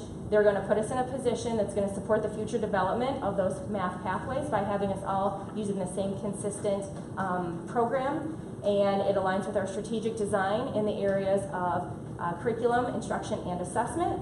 And this will essentially serve as that base. So when we start talking about having those multiple pathways, this will be that research-based content and practices for us to build upon. So thank you. Thank you guys for allowing us this opportunity. This is something that I just want to share. The learning facilitators, when I meet with them, they are so excited to all be looking at something the same. And they say to me, this is what we wanted. Not necessarily that, everything has its pros and cons. Nothing's ever going to be perfect. But they said, we're so happy to have these conversations where we're all using the same materials and we can really dig in at a deeper level. So I want to thank you for that because I know you're not there at that time, but they're very appreciative of these resources. Stacey, can I ask a question? Absolutely. Did we not use Wit and Wisdom as a pilot program before we added it to the entire curriculum? We did not. We did not. You're correct with that. We used it in a few classrooms, but I wouldn't say it would be enough to consider it a pilot. And didn't we see great, with people that were using Wit and Wisdom, we saw tremendous growth in their learners, did we not? Yes, and I think the biggest thing is it's not necessarily what it is, but the key aspects of the program. So the program, which consists of that high quality, like the discussion, the vocabulary, the succinctness with which everything in the classroom involves, that's really where we saw the greatest success, where it wasn't fragmented and it wasn't reading separate from writing separate from this. The classrooms that had it succinctly together were the classrooms that for years we saw the most success. So while it wasn't a specific pilot for that, it was a pilot of essentially the components of the program. And I think we saw the same thing for Engage New York too. Yes. And Engage New York has been used in 6th grade for the past 3 years. And then this past year we did pilot it at a geometry level. And Julie McDowell, Julie actually she worked with some of our high school learning facilitators, piloting it at the geometry level, and both of them. Algebra 1 and pre-algebra activities. Yes, yep. So they all said, like anything new, like a new textbook or anything, it's difficult to do something new, but the feedback from all of them was it was much deeper than what they've been doing in the past. And that's just, they were doing the best they could, but we didn't have any necessarily specific thing for them to refer back to.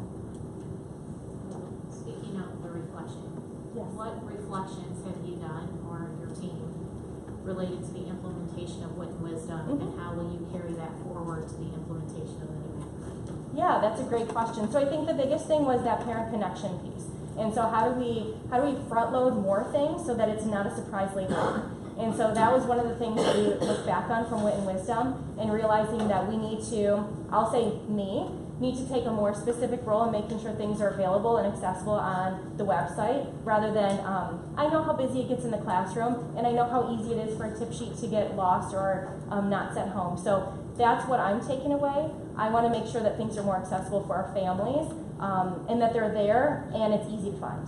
That's the other thing. Okay, Anything else? thank you. Oh, sorry. Yeah, no, thanks.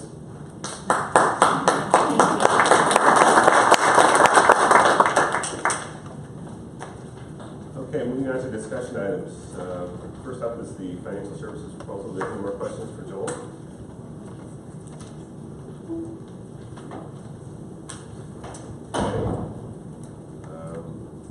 I guess let's go through the discussion items first, and then we'll move to the action items. We'll move on to the high school sculpture garden donations. Christine? Hi, I'm Christina, art teacher here at the high school, and I am standing in front of the board to ask for approval to accept funds for several grants that I received this year. Just to refresh your memory, about 4 years ago, the board approved the plans for a sculpture garden, which is a multi-purpose arts space out to the east of the high school. You can see we have one sculpture out there currently, and we have great plans. We hired an architect to come up with plans, and we're really excited about it. Kind of went on hold for a little bit, and I decided to write some grants, and I'm very pleased to say I received a $10,000 grant from the Stubnitz Foundation in order to pay for planting and topsoil and mulch and perennials and things like that. I'm also very grateful to the Wilson Foundation, who have decided to support a stage in that space so that we can have performing arts opportunities. So I'm really excited about having a stage, because one of the things that the kids told me is they needed a place to perform. And so we're really excited. I know that in Michigan weather we may not always be able to be out there, but on a beautiful night, how great to have a concert and have some art. And so we're really excited about it. I also received a donation from my father, who wanted to donate $1,500 to buy a few trees in memory of my stepmother. So I am standing in front of the board to ask for approval. What do I need to do now? Remember when you brought that to us, and they spent a long time with the kids actually designing what they wanted out there in the garden. And since that time, there has been money that has been set aside for the sculpture garden, specific donations that have come in from that. And so we have the funds to start that, and Christine's work is helping us to really see this now come to fruition. So very exciting. And thank you so much for your continued support of the arts. We really appreciate it. Do you have any idea how much more it's going to take to complete it to the architect's total design? Well, the architect's number was $190,000, and the first grant I wrote was for that amount. Unfortunately, I didn't get that one. I tried, but I'm not sure exactly the exact number. But that was the original number. So we're on our way. I would guess as things start to happen out there and you start to see things done, that will encourage, I think, more giving, and probably the rest of it will come in a little faster than what's to this point. That's just a speculation. It's a nice start. I feel like we have a nice start now, so I'm really excited. Any other questions? Okay, thank you. Policy number 6325. Oh, and I know you guys are always so excited when I talk about policies, aren't you? Judy came back from a conference, and that we need to update our policies to include one for, and I'm trying to quickly get to the right place to give you the, I should have been ready, I apologize. procurement policy number 6325, which is involved in federal grants and funds, and it has to do with, it applies to all supplies, materials, and services that are paid for from federal funds or district matching funds, and it applies for federal grants and federally funded programs. And it talks basically about having those bids or those grants and those funds be governed by standards of competition for the competitively bid programs, that you can't have unreasonable requirements. We already have a policy regarding 6320, which is our general purchasing policy. This is just one that is required in addition for all federal ones. And we did not have it. We need to have it in place by July 1st so that we can avoid, it will go into the audit for next year. So we can avoid a fine. Does anybody have any questions on it? I would like to just make one slight change. Under the third paragraph, we're going to delete and policy 4110, because when we drafted the policy manual, we drafted 3100s and 4100s together. So there's just a slight change in the language.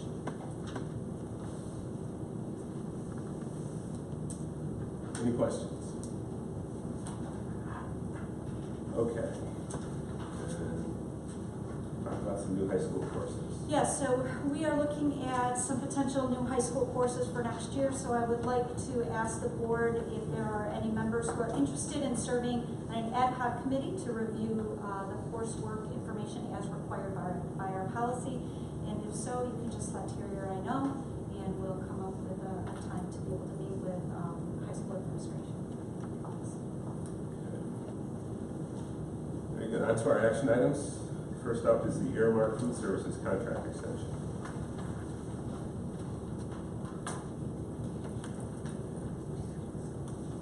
Looking for a motion. I move that we extend the Aramark Food Services contract for an additional year. Support. Roll call. Laura? Aye. Aye. Aye. Aye. Aye. We have a couple of trips here, requests for overnight trips. First one is the varsity basketball trip. Last month to Northwood Team Camp. I move to approve the overnight trip request for the girls varsity basketball team to go to Northwood Team Camp in August.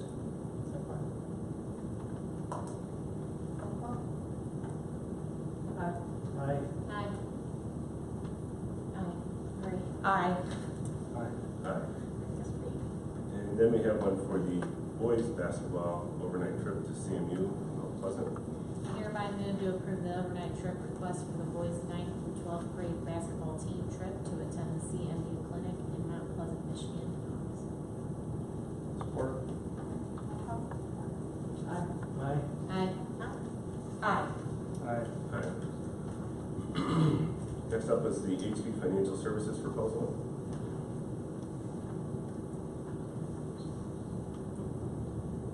I move that we accept the HP Financial Services proposal to allow us to purchase the server and the CGAT Technologies installation.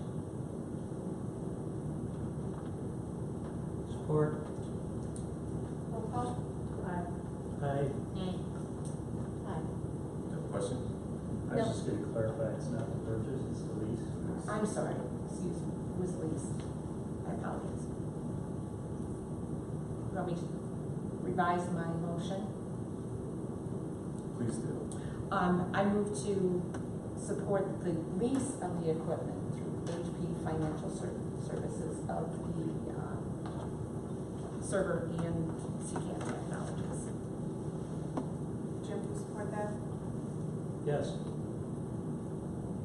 Or roll call on that one? Aye. Aye. Aye. Aye.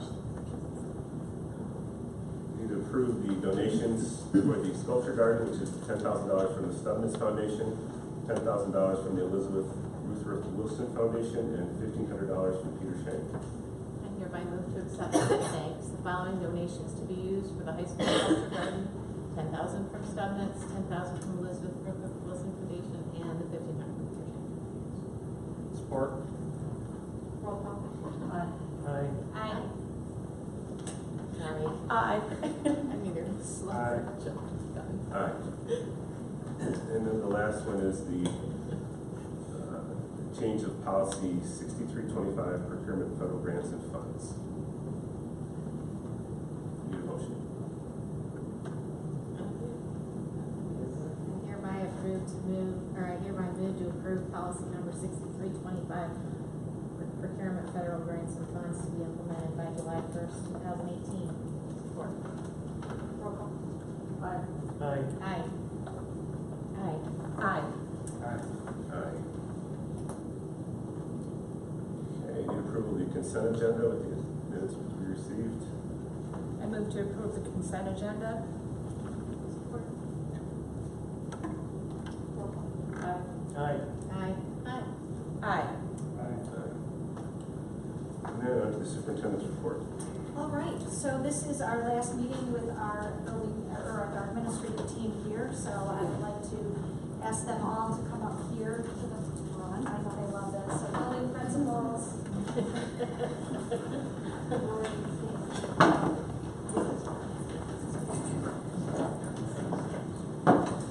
Stand right here. This is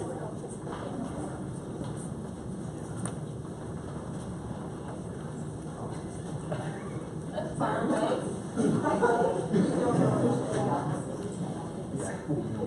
So again, this is a time where I'd like to just share with the board some things that we have worked through this year and really help you to see what I see in these fantastic people every day. I did write it down so that I can stick to my script. As I reflect on this year, I am often amazed at the work that we as a leadership team have been able to accomplish. As a team, we've been working to prepare for this year's transition for the past 3 years. We have read many books around leading change, supporting adults through the change process, and understanding how we can create flexible structures that allow for customized learning and identifying our first steps in creating that ideal learning experience. In years past, I've shared with you specific qualities that made each team member special and a key member of our team. This year is different. This year, after 5 years of work as a team, does not allow for that to happen. And that is for a very good reason. As I sat down to think about how best to describe this leadership team, I did begin to think of words that represented what each team member brings to the table. What I quickly realized is that there was no way I could talk about one member of the team without connecting that team member to several other members. That is when it dawned on me. This team standing in front of you is truly interdependent, and it is impossible to see where one team member begins and the other ends. The simple definition of interdependence means that every team member will need to perform at their best. Interdependence is a collaborative value that develops when there's a sense of spirit and team support. This creates the synergy that's necessary to not only accomplish tasks, but to be fulfilled and happy in our lives. A team with high interdependence incorporates high levels of team member information sharing and service to one another's success. And that defines this team perfectly. I have learned so much from this group of leaders. They have helped to develop and model our mission of being uncompromisingly learner-centered. Throughout this school year, whenever a member had a question or needed assistance, there was always a team member there to help out. Each and every team member stepped up to take on additional duties for the good of this team and for the good of our learners. No one was working alone. To be uncompromisingly learner-centered, one must look inside and see where they serve our students best. They must examine their own individual gifts and talents and make decisions based on where they are best situated to serve.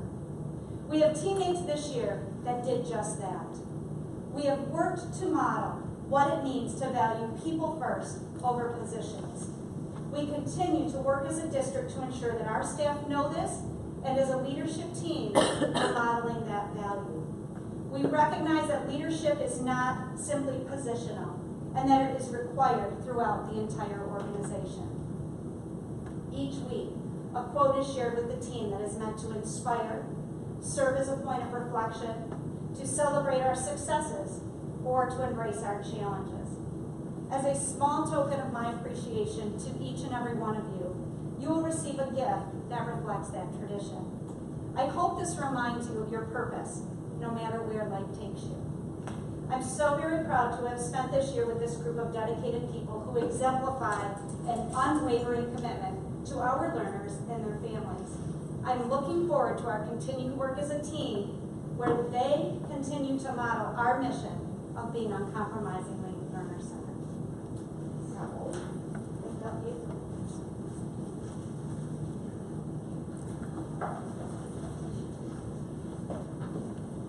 Carry to my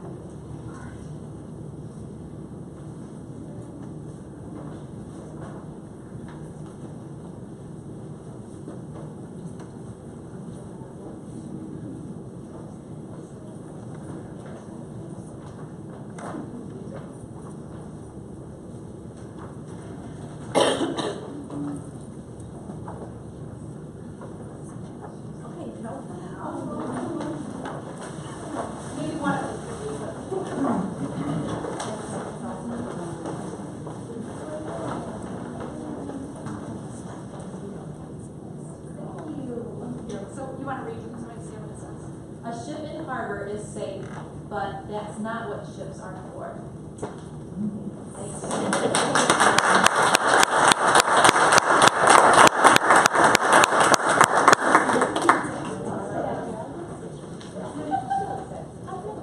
Very good. Our next meeting is looking at July 23rd. July 23rd is our organizational meeting, annual organizational meeting. And we will be looking at the building handbooks at that time. So we've come to our second public comment section. If you would like to comment on anything, please stand up, state your name. Yes, Ford Hyder, 136 Maple Street. In all the concept of your New York teaching and all this, is this school board and administration double check to be 100% certain anything that you're changing the high school curriculum to is college credit. So when these kids graduate high school, whatever they've had, that is a credit for college as far as a high school class.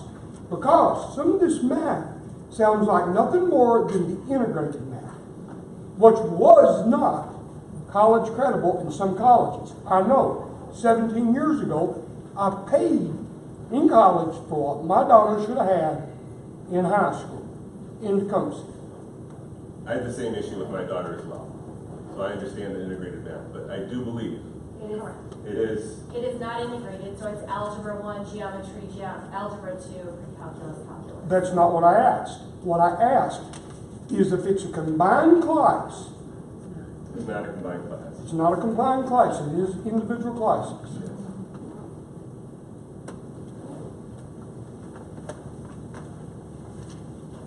Anyone else? I'm Tom Mazier. I'm the parent of a recently finished 8th grader who will be headed to high school in the fall. I'm looking at a NWEA score report and I'm concerned about what I'm seeing. From NWEA's website, this test uses a stable scale. like feet and inches, that accurately measures student performance, like marking height on a growth chart and being able to see how tall your child is at various points in time. With that in mind, I would have looked for growth from the spring of their 7th grade year to their spring of their 8th grade year. But looking at a spring-to-spring comparison for this cohort group, the district average math score held exactly steady. When I look at the reading average, it's even more concerning. Another year of school produced a 1-point drop in the district's average for this cohort group.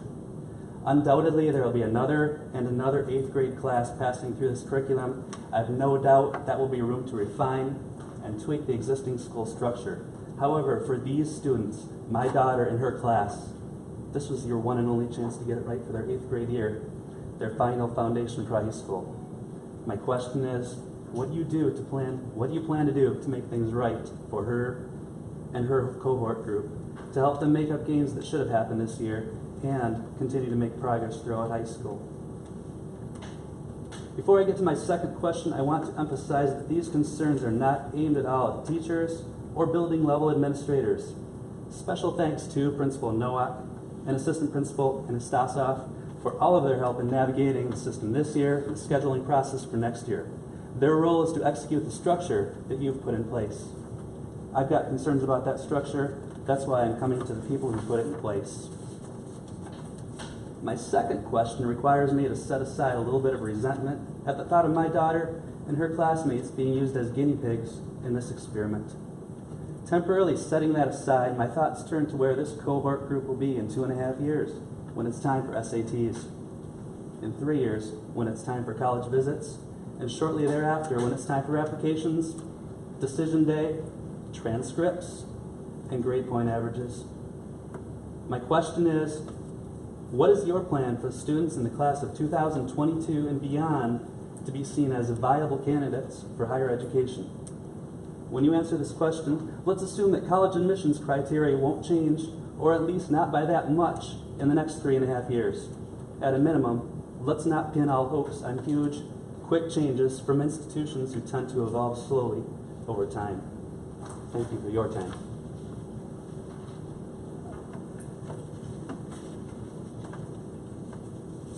Anyone else? Bill Swift, here at Tecumseh. This brings me no joy to be here today to address this concern I have. So I know that there's a recall that's going on in this community for the school board, and I guess what's troubling to me is, and I don't think this is any mystery to anybody. We know where we live and we know what's going on in this country as far as whether the truth matters or not. And there's behavior that's being modeled at the top of our structure here that maybe gives some people the idea that they don't have to be truthful when they're trying to further their policies and agendas. And I guess one of the things that that really bothers me about this is it's been told. I've been told. This is online where this information they've got a Facebook page. I've been banned from there. That's fine. But when somebody says, quote, "it doesn't work," and they're talking about what we're doing here in Tecumseh Public Schools, and then they post a scientific study, and that scientific study says, "Oh, well, this whatever we're talking about," and I have no idea whether this thing maps what we're doing here or not, but I'm just talking about what is being said about what's being done here in this community. And it says, it doesn't work. And you go and you read the study and you say, oh, well, it's clear that the person who's read this either doesn't understand it or they understand it and they're lying about it. And this is deeply troubling to me that in this particular instance, it's saying, hey, this thing that we're doing at Tecumseh doesn't work, and you look at the study and it says, oh, well, it doesn't perform worse than traditional education. And then there are two knock-on effects of kids become to appreciate that science actually works, that there is, a reason that we have adopted it and benefited so much from it in our communities and across the country, as well as building this idea in our students that they could maybe be scientists someday. This is great to me. This is definitely not, it doesn't work. Furthermore, I've seen people talk about the comparison between Tecumseh Public Schools and something that's going on at an alternative high school in Holland, Michigan, and comparing that as apples to apples as far as SAT scores. This is a lie. It is not an apples to apples comparison. The school that's being compared to is in fact a last-ditch effort to save some students who've got really no other alternatives. And to say, oh, well, this is exactly what we're doing in Tecumseh, it's either highly disingenuous or it's a lie. And when lies are used to further public policy, this is trouble. And to see it being used to undermine Tecumseh Public Schools, to undermine the school board, and denigrate really what I feel has been a great experience for my family. I told the children, some of whom are in college, and I said, what's your experience? And they had complaints. Everybody's got complaints. I've got legitimate complaints I think I could make about decisions that are made. I made some statements earlier today. You guys decide not to go with it. That's fine. That's how democracy works. But this idea that somehow or another we're destroying the Tecumseh Public Schools and that we're intentionally undermining faith in our public schools, well, when we do that based on lies, that's something that has to be addressed. So I just felt it was necessary to come down here and say, I support you guys. I don't agree with everything that you've done, not by any stretch of the imagination, but I'm a firm believer in, you guys probably know better than I do, because you're immersed in these decision-making processes. This is 2 hours out of my day. I could have been working in my garden. I'm sure you guys would like to go spend time with your family, and I appreciate you taking time out of your lives to come and serve the community. And that's all I got to say. Thank you very much. Thank you. Anyone else? My name is Rebecca Brooks. I have another 8th grader as well. She probably will not be attending Tecumseh next year based on the way that this 8th grade has gone. She's got independent learning time. She's got 17 sections of independent learning time in high school. Independent learning time in 8th grade for her consisted mostly of Snapchat. And sometime in late May, it was decided that she wasn't using her independent learning time appropriately, which didn't surprise me. She's not exactly a self-starter. And so they put her in 2 different classes to make up the time that she was wasting in independent learning time. This was in the end of May. I didn't know anything about it until she told me, because she was mad she was put in a gym class. So she felt she had to come to mom and say, hey, they put me in gym, I want to be in gym. When did that happen? What is going on? So the end of May, towards the end of May, they put her in 2 classes to use up the independent learning time that she had not been utilizing properly, probably the entire year based on her grades. And now next year I'm supposed to put her in high school with more independent learning time. It's not going to happen. In addition to that, I received, with 6 school days left, a letter from her math teacher that she had a D in math, which I was thrilled to see a D, not a 1, 2, or 3. But what am I supposed to do about it with 6 days left of school? I've emailed the teachers. I've talked to some of the administrators that I'm looking here today. I've attended these high school classes. I have older students. I have students that have graduated and gone to college. This is my last one, and you guys have changed everything on me. She's not doing well in this program. She's not going to do well in this program. Many of her cohorts, as you put it, aren't doing well in this program. And I don't see how. I know you have this great idea about high school and meeting them where they're at. I think it's wonderful, but I also think it's foolhardy. Thank you. Anyone else? Mary Beth Mandier. I would like to say that our daughter chose to do the Con Math. She's always been a great student. She's conscientious, sets high expectations. On Con, from fall to spring, her NWERA score in math dropped 10 points. Dropped. It's always, always risen in the past. We've been very proud of her. A computer does not replace a teacher. There is no interaction with the teachers and the students. They would put them on the computer, and as long as they were doing fine and progressing, they did not work with the conscientious kids, and it has affected them tremendously. I have one more question. There's rumors that there's going to be plexiglass put in the high school. Is there any truth to these rumors? Plexiglass where? A 9th grade lounge. Thank you. Anyone else?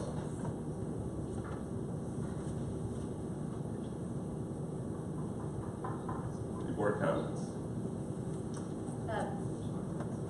Every board meeting, I thank you all for your comments, both positive and constructive. Listening to those comments, I also appreciate the administrator appreciation today. But as you go into your, I put it in air quotes, summer break, because I know it's not really a summer break.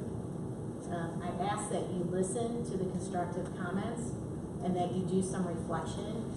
And even if the full board doesn't like it, I would like to hear some of the reflection. I think that's one of the things that maybe needs to improve in these meetings is sometimes the reports are extensions of good news.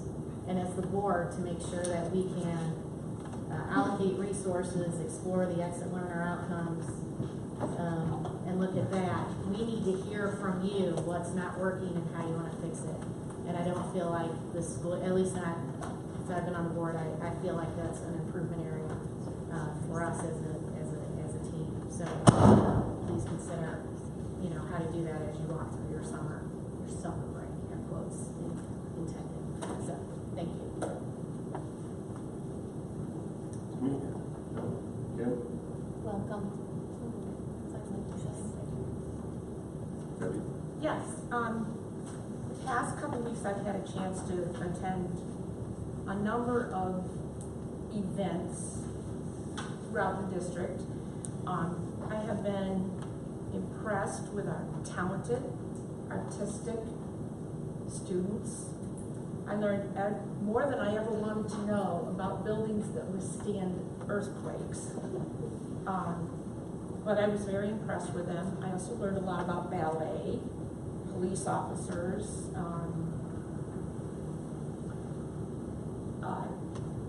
solar panels, those type of things. But I saw a lot of talent, very, very talented students who performed in all kinds of music events like graduation and artistic endeavors and also in athletic endeavors. And I want to congratulate all of our students.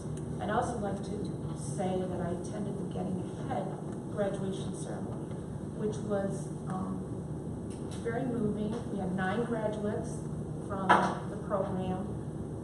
These are parents of our littles that were able to get a step ahead and be able to better their lives. And it was really impressive to hear what they said and what they took out from their experience.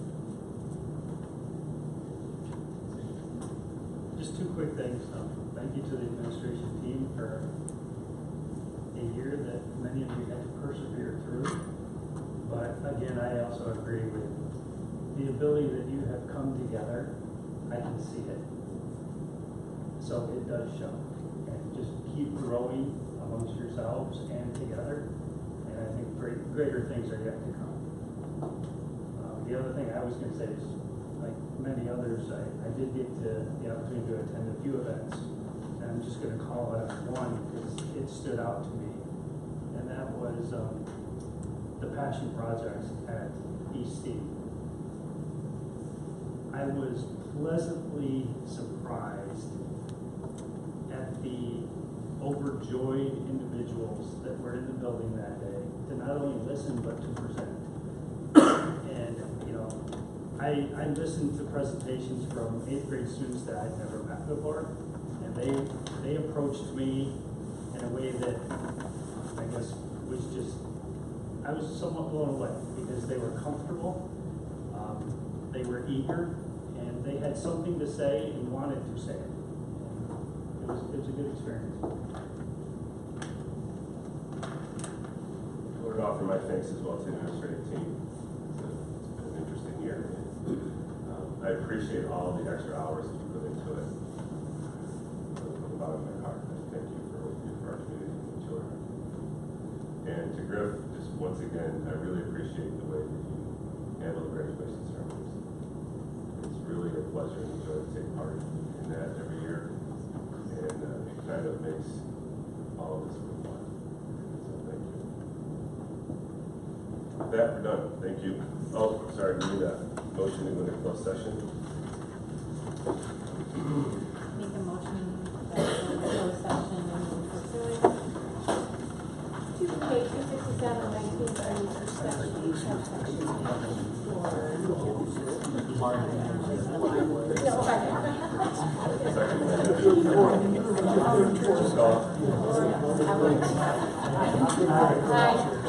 Aye. Aye.